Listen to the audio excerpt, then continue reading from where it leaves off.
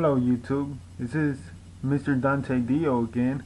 I'm here to answer the great fellow by the name of D. Ben Johnson. We've been having a discussion for a little while now, and I wanted to answer the other objections that he had to the real presence of the Eucharist. I will start with Mr. Ben Johnson. First of all, thank you for the great words that you gave me, and I will pray for you, and I hope you do the same for me. This is a great discussion, and yes, sir, I agree with you that we are followers of Christ, and therefore, in being followers of Christ, we should try to find the truth in Scripture and find out if the truth that we're preaching is the truth, the total truth of Scripture. And in doing that, we can get into a greater understanding of everything else. Last video that I made, I showed you Corinthians 11, where there it stated, they said it's in Scripture that, it is the real presence. The real presence is there, because if you were to take the body unworthily, you would be committing a grave sin.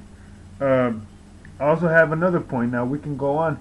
In John 6 verse 51, he said, I am the living bread which came down from heaven.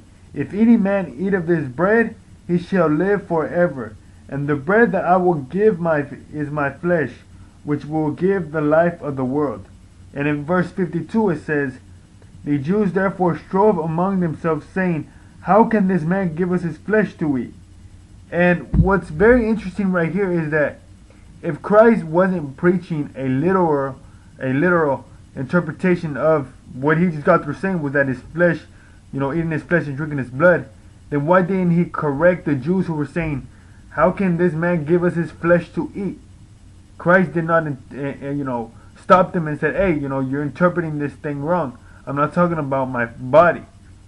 He continued and he said, verily, verily, I say unto you, this is 53, I say unto you, except you eat the flesh of the Son of Man and drink his blood, ye have no life in you. And so here, Christ made no correction to these people, to the Jews who were like, how can we eat his flesh and drink his blood? That's absurd.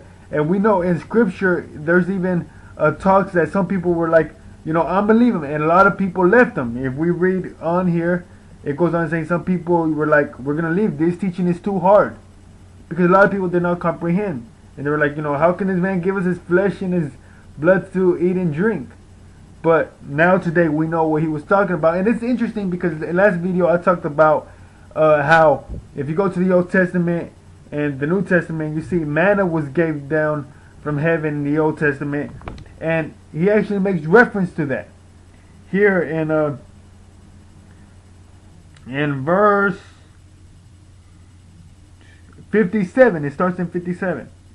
As for the living Father hath sent me, and I live by the Father, so that he eateth me, and he shall live in me. This is the bread which came down from heaven, not as your fathers did eat manna, and are dead. He that eateth this bread shall live forever. Because we see here that he makes reference to the Old Testament, where the Jews were given manna to eat, manna from the Lord. And, they were supposed to keep that holy and eat it like if they were in the presence of the Lord at that moment. And I find that very, very, very interesting is that, throughout history and throughout the New Testament and the history of the church, history of the first Christians, they all regarded it. And, I said it in the last video, but I'll say it again, because we can't get clearer than the words of Christ himself.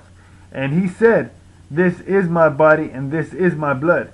If he wasn't striving for literal interpretation, he could have said this is almost like. And I showed you how the Greek, testifies to what I'm saying today. In John 6:53 and 58, he continues. with this literal interpretation. And you know, he goes by swearing an oath that it's a literal, that's a more of a literal interpretation. Because we see that Jesus says it 4 times, to eat his flesh and drink his blood. You know, that's why we as Catholics believe that, you know, his body and blood is present at Mass. You know, like you, Mr. Ben Johnson, the only thing that you can say is that Christ was talking symbolically. That is the only objection you have to this. But, you know, if we look at Scripture, you know, it's not plausible. It's not. There's no way that it was symbolic, because John 6 verse 23. You know, the Greek verb phiago is used 9 times, and it actually means to eat or to consume. So right there again, you see, if we go back to the Greek and we go back to the actual verse, to the actual Bible, Corinthians 11, John 6:53, Christ's own words, this is my body and this is my blood. There is no real, because John 6 verse 55 states it. It says, you know, the phrase is, this is the real blood, this is the real drink, the real food. You know, really or truly is being said there. He's actually saying, this is really my blood and this is really my body. And, you know, as Protestants, I don't see how, you know, you can disprove the Lord himself, because he said it himself and he made sure of it, because he repeated it over 4 times. You know, and throughout Scripture, if you go to Corinthians, you see how they regarded it as the actual body and blood of Christ, if you want to use Scripture. And it just goes on and on and on. And, you know, I know you're trying to say that it's somehow symbolic, but if we go by Scripture alone, sola fide, which means Scripture alone, there's no way you can come to the conclusion that it is just symbolic. There's no way. Corinthians testifies to this. John 6:50, starting at 51, testifies of this.